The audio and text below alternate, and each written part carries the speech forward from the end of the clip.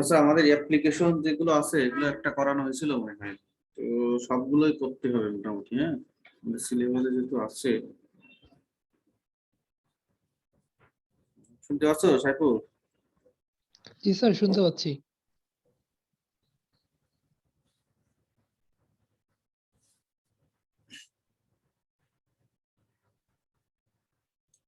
আচ্ছা দেখো, এগুলো তোমরা জানো, ইন্টারে তোমরা পড়ে আসছো, ইন্টার বা এসএসসি তে। হ্যাঁ, ফিজিক্সের চ্যাপ্টারে। দেখো এখানে ইলেকট্রিক কারেন্ট আই, আই দিয়ে প্রকাশ করা হয়। ইলেকট্রিক কারেন্টকে বলা হয় rate of change of charge density. মানে চার্জের পরিবর্তনের হারকে কারেন্ট বলা হয়, ফ্লো, কারেন্ট ফ্লো। হ্যাঁ, তো এখানে কিউ হচ্ছে চার্জ ডেনসিটি আর টি হচ্ছে টাইম। এগুলো তোমাদের লাগবে, এই জন্য জাস্ট আমি এগুলো তোমাদের একটা স্টার দিয়ে লিখে দিচ্ছি আর কি। অঙ্ক করার সময় এগুলো থাকবে, লাগবে। তো ইলেকট্রিক কারেন্টকে আই দিয়ে প্রকাশ করা হয়, ছোট হাতের আই, যেটা সমান ডি কিউ বাই ডিটি। হ্যাঁ, তার মানে এখান থেকে বোঝা যাচ্ছে যে ইলেকট্রিক কারেন্ট মানে চার্জ ডেনসিটি বা চার্জের পরিবর্তনের হার। চার্জ পরিবর্তন হলে কারেন্ট ফ্লো করে, এই জন্য ওটাকে লেখা হচ্ছে I equal to D Q by DT. Charge per unit time equal to current, প্রবাহ। কারেন্ট মানে মূলত প্রবাহ, বাংলা যেটা বলা হয় প্রবাহ। এরপরে দেখো ভোল্টেজ ড্রপ অ্যাক্রস রেজিস্ট্যান্স।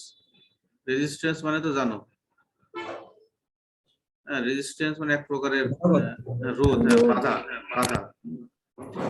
তো ভোল্টেজের দুইটা সূত্র আছে, যখন রেজিস্ট্যান্স বরাবর ভোল্টেজ, সেই ক্ষেত্রে ভোল্টেজের সূত্র হবে V equal to R I.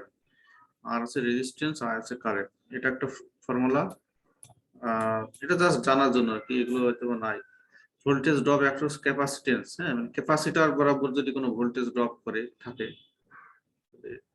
সেটার সূত্র হচ্ছে V equal to Q by C, এখানে সি হচ্ছে ক্যাপাসিটেন্স। এটা একটা ক্লোজ সার্কিট, মানে বদ্ধ বর্তনী যেটা বলা হয়।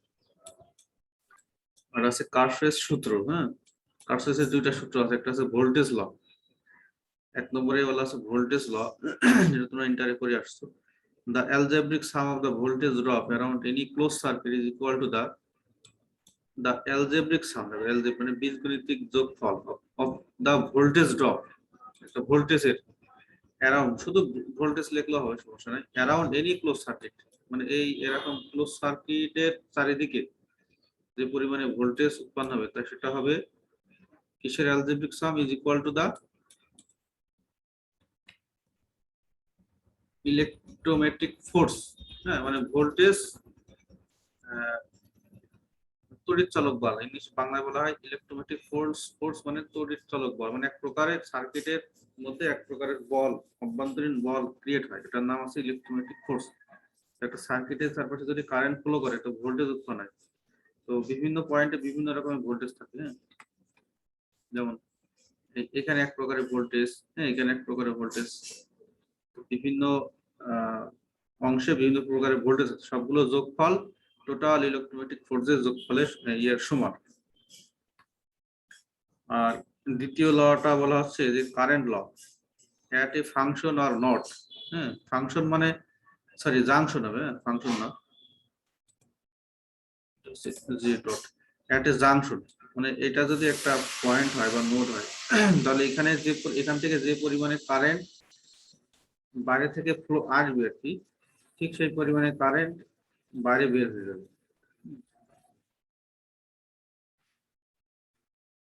প্লাস মাইনাস করে নিট কারেন্ট কি হয়, জিরো হয়।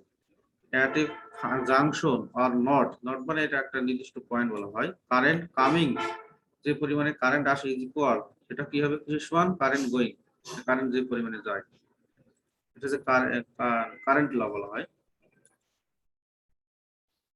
আর এই যে এই সূত্রটা, এটা দেখো, এটার নাম আছে ভোল্টেজ ল। এটার নাম আছে ভোল্টেজ ল। এই সূত্রের নাম, এই সূত্রটাকে বলা হবে ভোল্টেজ ল। এটা সূত্রটা কি, R I plus L DI by DT equal to E.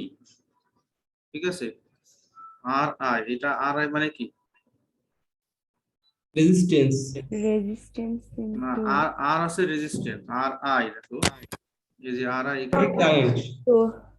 Voltage, voltage R I equal to voltage, এটা একটা ভোল্টেজ। আর ডিআই বাই ডিটি, এটা কি ডিআই বাই ডিটি,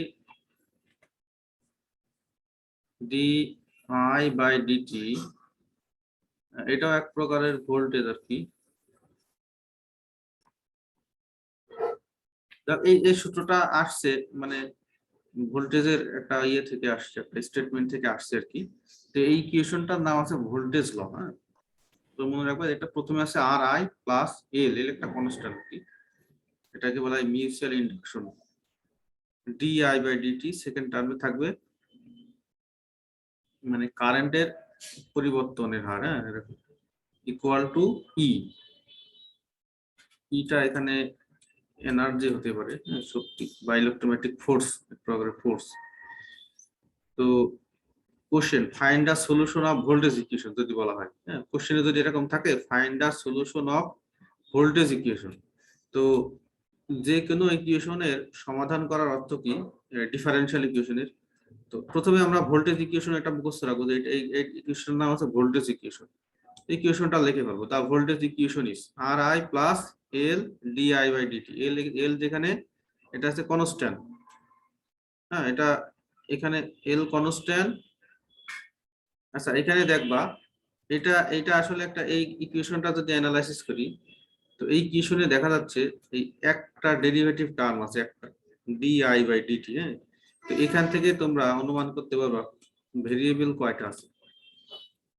এখানে দেখো এই আই কে টি এর সাপেক্ষে ডিফারেন্সিয়েশন এই আকারে আছে, তাহলে এখানে আই হচ্ছে ডিপেন্ডেন্ট ভেরিয়েবল, হ্যাঁ, আর টি হচ্ছে ইনডিপেন্ডেন্ট ভেরিয়েবল, কারণ টি এর সাপেক্ষে ডিফারেন্সিয়েশন করতেছি।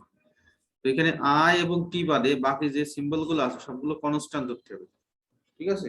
যেহেতু এখানে অনলি পরিবর্তনটা হচ্ছে আই এর টি এর সাপেক্ষে, আর কোনো কিছুর পরিবর্তন নাই, তাহলে এই যে আর রেজিস্ট্যান্ট এটাও কনস্ট্যান্ট হবে, এল এটাও কনস্ট্যান্ট, ডান দিকে ই আছে এটাও কনস্ট্যান্ট, কনস্ট্যান্ট অথবা যে কোনো একটা এক্স এর ফাংশন হতে পারে।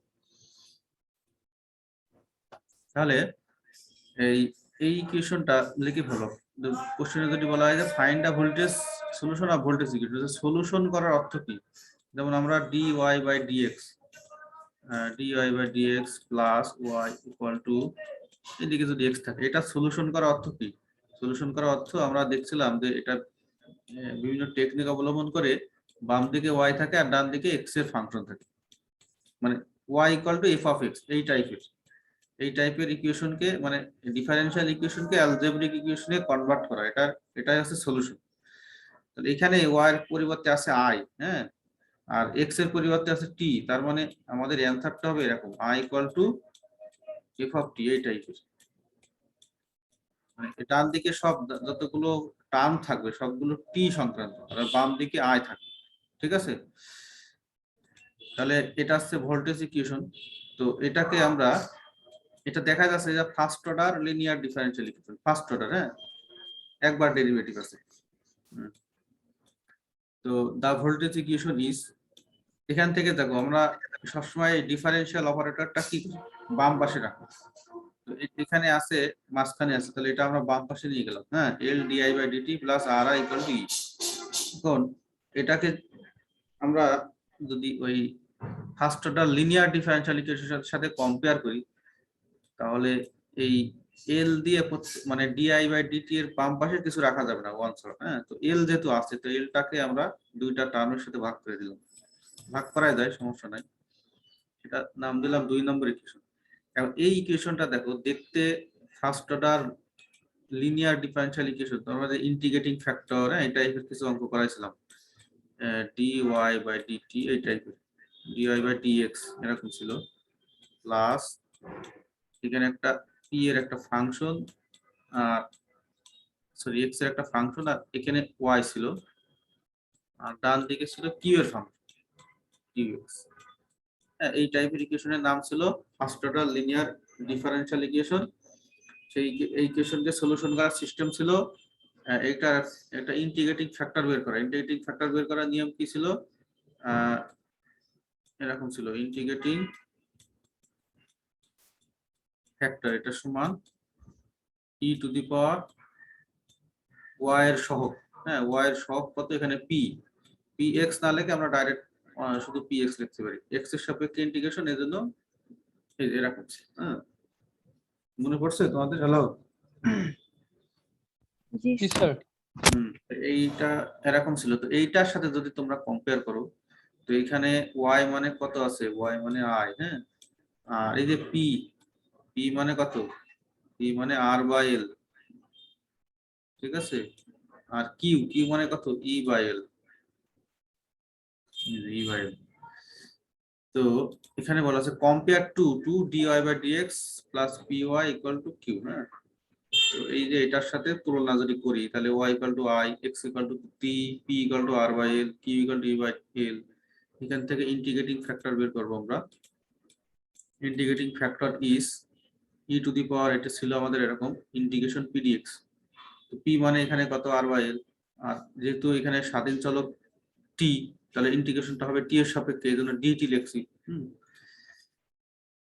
কারণ আর বাই এল তো কনস্ট্যান্ট, ইন্টিগ্রেশন চিহ্নের বাইরে রাখলাম, তাহলে ইন্টিগ্রেশন ডিটি, তো ডিটি কে ইন্টিগ্রেশন করলে অনলি টি হয়, ই to the power R by L টি, এটা। তাহলে ইন্টিগ্রেটিং ফ্যাক্টর এটা। আমরা জানি ইন্টিগ্রেটিং ফ্যাক্টর যখন বের হবে, সেই ইন্টিগ্রেটিং ফ্যাক্টরটা করবো কি, অরিজিনাল ইকুয়েশনের সাথে প্রত্যেকটা টার্মের সাথে গুণ করে দেবো। হ্যাঁ, তো মাল্টিপ্লাইং টু মানে দুই নম্বরকে গুণ করে পাই, মাল্টিপ্লাই মানে গুণ করে, বাই এই এটা দ্বারা, হ্যাঁ, ই to the power R by L টি, এটা দ্বারা গুণ করে পাই। তো এই যে গুণ করো, এখন নিয়মটা কি ছিল, গুণ করার পর ডি বাই ডিএক্স ছিল এখানে, হ্যাঁ, নিয়মটা ছিল এরকম ডি বাই ডিএক্স, কিন্তু এখানে যেহেতু স্বাধীন চলক টি, তাহলে ডি বাই টি হবে। এর সাথে ছিল ইন্টিগ্রেটিং ফ্যাক্টর গুণ আই, ওখানে ছিল ওয়াই, এখানে হবে আই, যেহেতু আই আসছে এখানে স্বাধীন চলক। ইন্টিগ্রেটিং ফ্যাক্টর আই, এটাকে যদি টি এর সাপেক্ষে ডিফারেন্সিয়েট করা হয়, হ্যাঁ, তাহলে এটাই আসে, এই যে এক লাইনে লেখা সিস্টেম, মানে জাস্ট এরকম D by DT, integrating factor ছিল কত, E to the power R by L টি, এটা ডট আই, হ্যাঁ, এটাকে ডিফারেন্সিয়েট করলে এটাই আবার আসে, এই যে এটাই আসে। তো এখন তাহলে এটা থেকে এটা লেখা যায়, তো এটা থেকে লেখার এক মানে শর্টকাট নিয়ম আসছে, প্রথমে ডি বাই ডিটি দিবা, এখানে ইন্টিগ্রেটিং ফ্যাক্টর থাকবে, আর ওয়াই ছিল ওখানে, এখানে আই, আর এইদিকে যা আছে তাই, হ্যাঁ, এরকম ফার্স্ট ব্র্যাকেট দিয়ে লিখছি, মানে যা আছে তাই, এটা লিখবা এরকম করে লিখবা না, ডান দিকে যা আছে এটা আবার লিখতে হবে। এখন ইন্টিগ্রেটিং করো, হ্যাঁ, উভয় পাশে ইন্টিগ্রেটিং, এদিকে ইন্টিগ্রেটিং,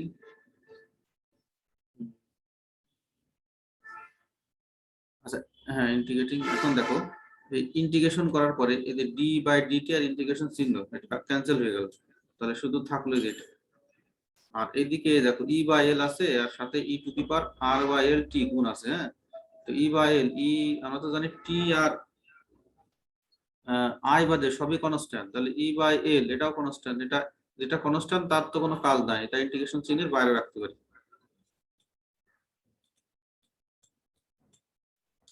তো এখন ই to the power R by L টি, এটাকে ইন্টিগ্রেশন করলে কি হয়, আমরা জানি ই এর ইন্টিগ্রেশন ই হয়, আর যদি আমরা ইন্টিগ্রেশনটা করছি কার সাপেক্ষে, টি এর সাপেক্ষে, তো টি এর সাথে যেটা থাকবে সেটা ভাগ হয়ে যায়, ইন্টিগ্রেশনের ক্ষেত্রে কি হয়ে যায়, ভাগ হয়ে যায়।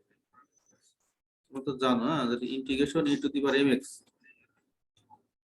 ডিএক্স সমান কত, E to the power M X ভাগ এম, এই যে এক্স এর সাপেক্ষে ইন্টিগ্রেশন, এক্স এর সাথে কি আছে, এম আছে, এখানে টি এর সাপেক্ষে ইন্টিগ্রেশন, টি এর সাথে কি আছে, আর বাই এল আছে, তো আর বাই এল কি হয়ে গেল, ভাগ হয়ে গেল। আর ইন্টিগ্রেশন কমপ্লিট হওয়ার পরে আমরা জানি একটা ইন্টিগ্রেটিং কনস্ট্যান্ট প্লাস সি হয়, প্লাস সি দিছি। এটাকে একটু সাজায় গুছায় লিখি, এল এল কাটাকাটি হয়ে যায়, ই বাই আর থাকে, E to the power R by L T plus C. হ্যাঁ, এখন এই আমাদের উদ্দেশ্য বাম দিকে শুধু আয় রাখা, এখানে আয়ের সাথে ই to the power R by L টি আছে, এটাকে আমরা ডান দিকে নিয়ে গেলে ইনভার্স হয়ে যায়, হ্যাঁ, ই টু দি পাওয়ার ইনভার্স মানে মাইনাস আর বাই এল টি। এই এখন আমাদের এই সি এর ভ্যালু বের করতে হবে, কনস্ট্যান্ট, হ্যাঁ, কনস্ট্যান্ট রাখা যাবে না। তো এখন এই যে এটা দিয়ে আমরা গুণ করে দিতে পারি, হ্যাঁ, ই to the power R by L টি, এটা দিয়ে এই দুইটা টার্মের সাথে গুণ করে দিলে এখানে আছে E to the power minus R by L T, আর এখানে E to the power plus R by L by T. হ্যাঁ, তাহলে এই দুইটা পাওয়ারের পরে যোগ হলে ই টু দি পাওয়ার 0 হয়ে যায়, ই টু দি পাওয়ার 0 হলে 1 হয়, তো শুধু থাকে E by R plus C, C এর সাথে এই এটা গুণ হবে এটা। এখন এইটা এটা ডান দিকে দেখো টি মানে ভেরিয়েবল আছে একটা টি, আর সবগুলো কি কনস্ট্যান্ট। তো এটাকে সংক্ষেপে এইভাবে লেখা যায় আই ফার্স্ট ব্র্যাকেট টি, মানে এটা একটা এই ইকুয়েশনটা একটা টি এর ফাংশন। হ্যাঁ, এই ফাংশনটা একটা কি টি এর, এই জন্য এইটাকে এইভাবে লেখা যায়। আই এর একটা পরিচিতি, আইটা কিসের ফাংশন, টি এর, কারণ এই আই এর ডান দিকে সবকিছু কি টি এর একটা ফাংশন, কারণ এই যে ই টু দি পাওয়ার আর বা এর সাথে একটা টি কিন্তু আছে, টি না থাকলে কিন্তু আইটি লেখা যায় না। হ্যাঁ, টি যেহেতু আছে আমাদের এখানে ভেরিয়েবল অনলি টি এবং আই, আর বাকিগুলো সব কনস্ট্যান্ট। তো এইদিকে যাই থাকুক না কারণ একটা টি আছে, যে কোনো জায়গায় হোক টি আছে, তো সেটাকে এই জন্য লিখছি আই ফার্স্ট ব্র্যাকেট টি, এটা সমান এই যে। এখন এটা 3 নম্বরের নাম ইকুয়েশন নাম দিলাম। এই যে সি আছে কনস্ট্যান্ট, এটার ভ্যালু বের করবো আমরা। আচ্ছা দেখো, যখন ইনিশিয়ালি কিছু শর্ত আরোপ করে আমরা ওই সি এর মান বের করবো, কিছু শর্ত আরোপ করে। হ্যাঁ, ইনিশিয়ালি প্রাথমিক দিকে, যখন প্রাথমিক দিকে বললেই এখানে বুঝতে হবে যে টাইম 0। হ্যাঁ, মানে সময় গণনার শুরুতে একদম।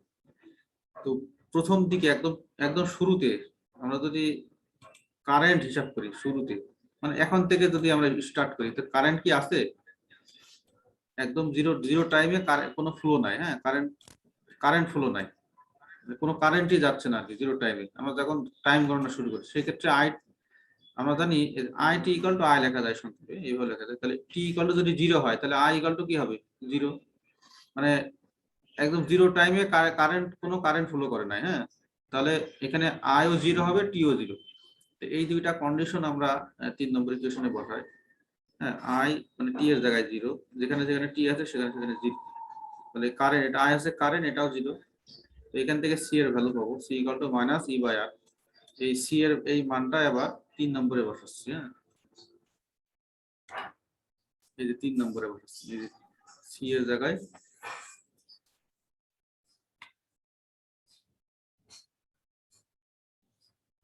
তাহলে পুটিং দিস ইন 3। হ্যাঁ, 3 এ বসালে এই যে এটা হয়, এখান থেকে ই বাই আর কমান যায়। দেখো ই বাই, এটাই কিন্তু অ্যান্সার, এখানে দেখো সি নাই। তাহলে এটাই মূলত সলিউশন। ঠিক আছে, বাম দিকে আছে আই, ডান দিকে এই যে একটা টি আছে কিন্তু। কারো কোনো প্রবলেম আছে এই পর্যন্ত? থাকলে বলো, আমি প্রয়োজনে একবার রিপিট করি।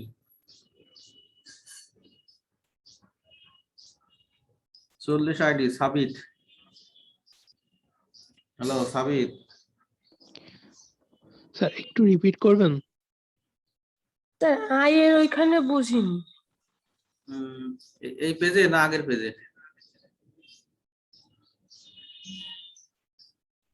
স্যার এই পেজে। এটাতে এটাতে জি স্যার। তো আচ্ছা, আয়ের একটা পরিচিতি আছে। আয় আয় আসলে কিসের ফাংশন, টি এর ফাংশন। হ্যাঁ, আমরা লিখি না যে যদি এরকম থাকে, মনে করো এক্স স্কোয়ার, আচ্ছা এটাই হয়ে লিখি, মনে করো এরকম আছে 1 plus 2 E to the power 2x। তো এটা মূলত কিসের ফাংশন, এক্স এর ফাংশন না, এক্স থাকলে সেটা এক্স এর ফাংশন। ঠিক আছে, তো এই এক জায়গায় তো আছে এক্স, এই যে এক্স, তার মানে এটা আছে এক্স এর ফাংশন। তাহলে এটাকে সংক্ষেপে আমরা কিভাবে লিখতে পারি, এফ অফ এক্স, এইভাবে লিখতে পারি। হ্যাঁ, মানে এটা আছে এক্স এর ফাংশন। আবার এটাকে যদি আমরা এফ এইগুলো দিয়ে না ইয়ে করি, অন্য একটা সিম্বল দিয়ে হিসাব করি, ডিনোট করি, তাহলে সেটা আমরা ওয়াই দিয়েও ডিনোট করতে পারি। হ্যাঁ, Y, Y equal to F of X বা 1 প্লাস এইটা আর কি। অথবা ওয়াই কে যদি আরো এটা ভালোভাবে লিখতে চাই, তাহলে ওয়াই কে এইভাবে লেখা যায় ওয়াই অফ এক্স, মানে ওয়াই এর মধ্যে ফার্স্ট ব্র্যাকেট। ঠিক আছে, এটা equal to 1 plus 2 E to the power 2। ঠিক আছে, ওয়াই ফার্স্ট ব্র্যাকেট এক্স আর ওয়াই একই জিনিস, অনলি ওয়াই। এটা ফার্স্ট ব্র্যাকেট এক্স, এটা লিখলে এটা বোঝা যায় যে মানে দেখে বোঝা যাবে যে এটা এক্স এর একটা, ওয়াইটা এক্স এর একটা ফাংশন। আর অনলি ওয়াই থাকলে এটা থেকে কোনো অনুমান করা যায় না। কিন্তু যদিও আমরা এখানে এই ইকুয়েশন থেকে বুঝতে পারছি যে ওয়াইটা হচ্ছে এক্স এর ফাংশন, তো ওইটার মধ্যে আর কি, যেহেতু এই দেখো এই 3 নম্বর ইকুয়েশনে, এই 3 নম্বর ইকুয়েশন এইটা constant, C constant, R by L constant, তাহলে ভেরিয়েবল আছে কি, টি আছে, টি আছে না শুধু। জি স্যার। তাহলে এটাকে আমরা সংক্ষেপে কিভাবে লিখতে পারি, তোমরা যদি মনে করো এফ অফ টি দিয়ে লাগবে, এইভাবে লিখতে পারো, F of T equal two এই টোটালটা, হ্যাঁ টোটালটা। কিন্তু বাম দিকে যেহেতু আমাদের আয় আছে, আয়, তাহলে এই আয় মানে কিন্তু আবার এফ অফ টি, ঠিক আছে। তো এফ অফ টি তো আমাদের লেখার দরকার নাই, তাহলে আই কে যদি আমরা আই টি দিয়ে হিসাব করি, মানে এই ডিনোট করি, আই কে আই টি দিয়ে ডিনোট করি, শুধু আই দিয়ে ডিনোট করা যায়, আই টি দিয়েও ডিনোট করা যায়, হ্যাঁ। অথবা যদি মনে করো এফ এর জায়গায় আই দেবো, এফ এর জায়গায় আই, কারণ ডান দিকে টি এর ফাংশন, মানে ডান দিকে অনলি টি আছে। আরেকবার জি দেখো, স্যার। হ্যাঁ আরেকবার দেখো, আমি আরেকবার বোঝাচ্ছি। এটা এটা এটা এই যে আই, এটা কিন্তু একই জিনিস, হ্যাঁ। এইটা এই যে, এখন মনে করো এদিকে কিছুই নাই, এদিকে কিছুই নাই, এদিকে কিছুই নাই, কিছু আমরা জানিও নাই, হ্যাঁ। তো এই আই দেখে আমরা কিছু মানে বুঝতে পারছি না যে ডান দিকে আসলে কি আছে, কিসের ফাংশন আছে, টি না এক্স না ওয়াই, কিন্তু এটা দেখে আমরা স্পষ্ট ধারণা পাচ্ছি, ক্লিয়ার, যে ডান দিকে শুধু টি এর ফাংশন, মানে ডান দিকে অনলি একটা ভেরিয়েবল, মানে একটা ভেরিয়েবল আছে, সেটা হচ্ছে টি, আর বাকিগুলো যা আছে আছে, এগুলো কোনো সমস্যা নেই, যেভাবে আছে সেভাবেই। আর এটা থেকে আমরা ধারণা পাই। তো এইটা আর এটা একই জিনিস, যেহেতু আমরা এখানে এই দেখো এই ইকুয়েশনটা এখানে লিখেই দিচ্ছি, হ্যাঁ, ইকুয়েশন দেখেই বুঝতে পারছি যে এই আইটা টি এর একটা ফাংশন, মানে ডান দিকে এই আমরা যখন লিখি না, যখন লিখি ওয়াই, এরকম করেও লেখা যায়, ওয়াই এক্স ইকুয়াল টু, মনে করো এদিকে একটা এক্স এর ফাংশন আছে, এক্স স্কয়ার প্লাস 2x, এই টাইপের, মানে এদিকে যা আছে সব এক্স, এক্স সংক্রান্ত, এর অর্থ হচ্ছে ওয়াই হচ্ছে এক্স এর ফাংশন। তো এখানে এই ফার্স্ট ব্র্যাকেটের মধ্যে যেটা থাকে ওটাকে বলা হয় স্বাধীন চলক, আর ওয়াইটা এটা কি, পরাধীন চলক। তো পরাধীন চলকটাকেই বলা হয় স্বাধীন চলকের ফাংশন, ঠিক আছে। তো ওয়াই জি হচ্ছে, স্যার। তাহলে এখানে দেখো, এখানে আছে টি ডান দিকে, মানে এই তাহলে ডান দিকে অবশ্যই টি এর, এটাকে আমরা টি এর ফাংশন হিসেবে কল্পনা করতে পারি, যে ডান দিকে অনলি ভেরিয়েবল আছে টি, আর বাকিগুলো তো সব কনস্ট্যান্ট। তাহলে এখানে আই আছে পরাধীন চলক, আর টি আছে স্বাধীন চলক, তাহলে আই যে ফাংশন অফ, হ্যাঁ, টি, এইভাবে লেখা যায়, এটাও লেখা যায়। এটা এইভাবে ডিনোট করছে এই কারণে যে আমরা যে বিভিন্ন কন্ডিশন আরোপ করছি না, এটা দেখতে সুবিধা হয়। যেমন I T equal to I of T, আর অনলি আই, এটা একই জিনিস, একই কথা। আমরা টি দিই না না দিই কোনো যায় আসে না, কারণ এখানে তো দেখেই বোঝা যাচ্ছে এটা টি এর ফাংশন, এই জন্য আর কি ডিনোট করা। জি স্যার, বুঝতে পারছি। তারপর একবার দেখাচ্ছি, দেখো তো এই আমাদের সি এর মান ভ্যানিশ করা লাগবে, হ্যাঁ। তো সি এর ইনিশিয়ালি প্রথম দিকে প্রথম দিকে তো কোনো কারেন্ট ফ্লো করবে না, একদম আমরা যদি টাইম শুরু করি, স্টার্ট করি, সেখানে কোনো কারেন্ট নাই, কারেন্ট ফ্লো করবে না, কারণ আই, আমরা কারেন্ট আই কে কারেন্ট দিয়ে ডিনোট করছি, তাহলে আই জিরো, টাইমও জিরো। তো এই দুইটা মান যদি আমরা এখানে বসাই, দেখো আই ফার্স্ট ব্র্যাকেট জিরো, এটা মানে কিন্তু আই, হ্যাঁ, অনলি আই, এটা দিয়ে প্রকাশ পাচ্ছে, দেখো আই ফার্স্ট ব্র্যাকেট জিরো, এটার অর্থ হচ্ছে জিরো টাইমে আই, ঠিক আছে, মানে শুরুতে আই, এটা এটা প্রকাশ করছে, শুরুতে আই কত, শূন্য, এটা আর কোনো মিনিং নাই এরকম। তাহলে এটার মান শূন্য, এখানে সি এর যে মানটা পাইলাম, সি এর মানটা বসাইলাম, বসালে অ্যান্সার কমপ্লিট, এটা। এখন তোমরা যদি মনে করো এখানে আই এই টি দেবো না, না দিলে সমস্যা নেই, যদি মনে করো যে এইটা দিব না, ফার্স্ট ব্র্যাকেট টি এটা দেবো না, শুধু বাম দিকে থাকবে আই আর এদিকে এটা, এইভাবেও করা যায় অ্যান্সার, এটাও অ্যান্সার। আমরা এই যে আগের যে সলিউশন গুলো করছিলাম এরকম ছিল, হ্যাঁ, y ইকুয়াল টু সলিউশনের পরে c1 e two the power x plus c2, এই টাইপের কিছু ছিল। তো এখানে কিন্তু এটা ডান দিকে সব x এর ফাংশন, এটা এইভাবে লেখা যেত, হ্যাঁ, y of x equal to এদিকে যাচ্ছে তাই। আর কারো কোনো প্রবলেম আছে? হ্যালো,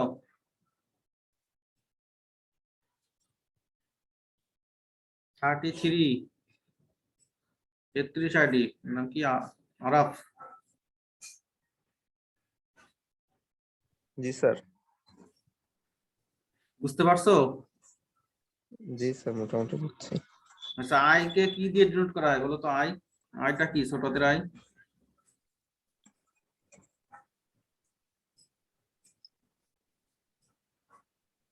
হ্যালো, কি বুঝছো তাহলে?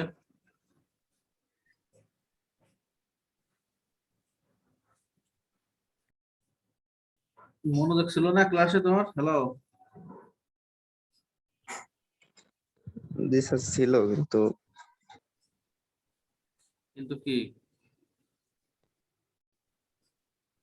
কারেন্ট চলে গেছিল নাকি? আই আছে কারেন্ট। আই কি? কারেন্ট, কারেন্ট বাংলা অর্থ কি? প্রবাহ। প্রবাহ। তো এখানে আই আর টি এর দুইটা জানলেই হবে, বাকিগুলো কি আছে না দেখার দরকার নাই। টি কি? টিটা কি এখানে বলো তো? টি ছোট হাতের টি, এটা কি? এটা কি ছোট হাতের টি?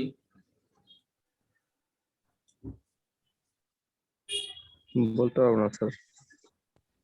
Time sir. বলো, জোরে বলো। টাইম না স্যার?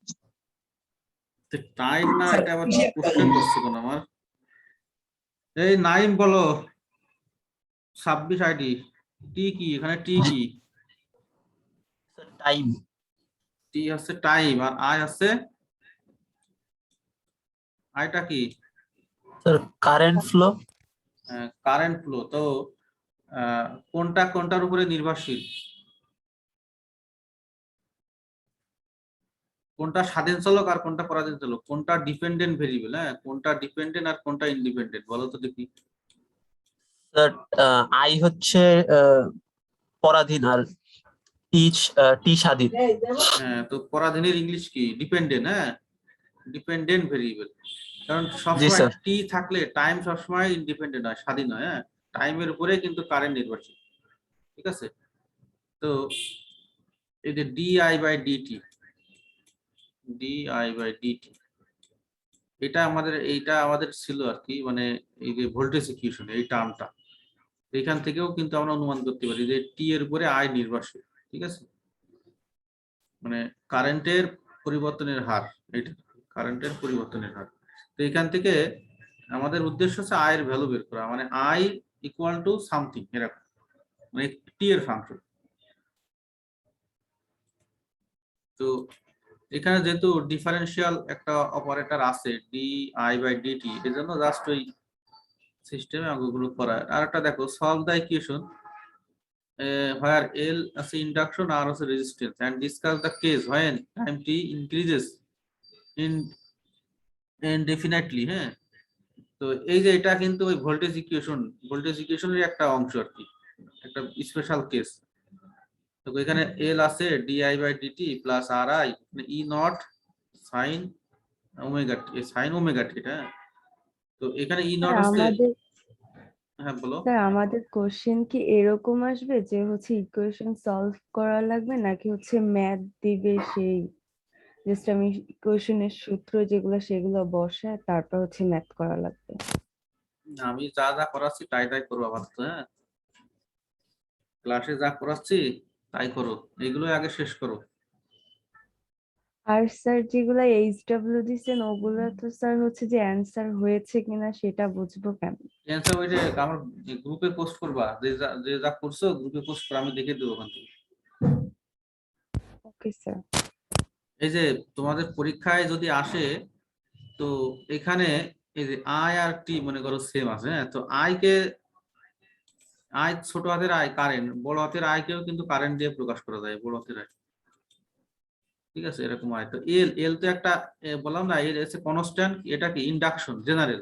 তো এল এর জায়গায় যদি আমি 2 দিয়ে দিই, ইন্ডাকশন 2, আর আর এটা রেজিস্ট্যান্স জায়গায় 4 দিয়ে দিলাম। হ্যাঁ, আর ই নট সাইন ওমেগা টি, এটার একটা মান দিয়ে দিলাম। এখানে কিন্তু একটা টি আছে ডান দিকে, তার মানে এটা যদি আমি 90 দিই তাহলে করতে পারবো না? মানে সাপোজ এখানে কোশ্চেনটা এরকম করে দিলাম, হ্যাঁ, এই যে এখানে দেখো এল হচ্ছে কি ইন্ডাকশন আর কি রেজিস্ট্যান্স। এখন যদি বলে দিই যে সলভ দা ইকুয়েশন এত, higher L induction and its value is দিয়ে দিলাম 3 and r is resistance, its value is 4 ohm, হ্যাঁ 4 ওহম এরকম দিয়ে দিলাম, তাহলে আরো সহজ হয়ে গেল না তোমাদের ক্ষেত্রে? এই ক্ষেত্রে এটা তো ইন জেনারেল প্রমাণ। তখন তোমরা করবা কি, এল এর জায়গায় 3 বসাবা, আর এর জায়গায় কি 4 বসাবা। স্যার আমাদের একটা উদাহরণ দেখাইলে ভালো হতো না? একটা এক্সাম্পল দিলে ভালো হতো, তাই তো? জি স্যার। স্যার এইখানে আমরা ওমেগা সমান 2 পাই n বাই টি লিখতে পারি না sir? 2 pi by T. 2 pi by T. জি স্যার, ওমেগা সমান